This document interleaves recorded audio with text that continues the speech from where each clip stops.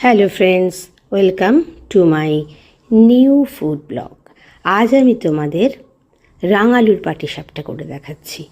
মৌরি, সুজি, ময়দা, চিনি, রাঙালু এই লাগবে, আর হোয়াইট অয়েল বা অলিভ অয়েল যা তোমরা ইউজ করো। তো আমি ব্যাটারটা প্রথমে করে রেখেছি।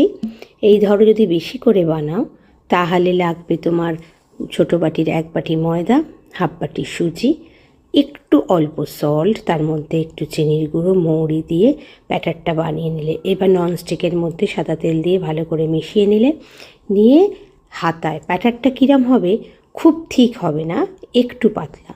আর রাঙালুটা সেদ্ধ করে তার মধ্যে চিনি, এলাচ গুঁড়ো, দারচিনি গুঁড়ো দিয়ে ভালো করে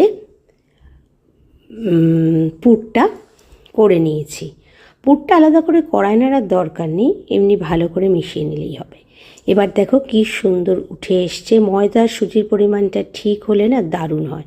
এবার তার মধ্যে দিয়ে দিয়েছি রাঙালুর পুরটা। হয়ে গেছে, পাটিসাপটা রেডি।